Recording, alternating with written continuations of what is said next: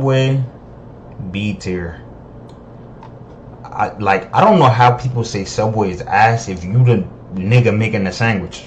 Like, how the fuck you telling them what you want and Subway's ass?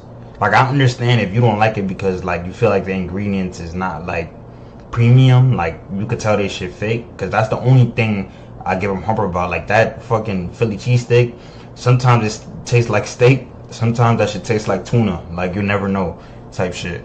So yeah, Subway, get a B. I really should put it at C, but I'm gonna give it at B tier because you making a sandwich.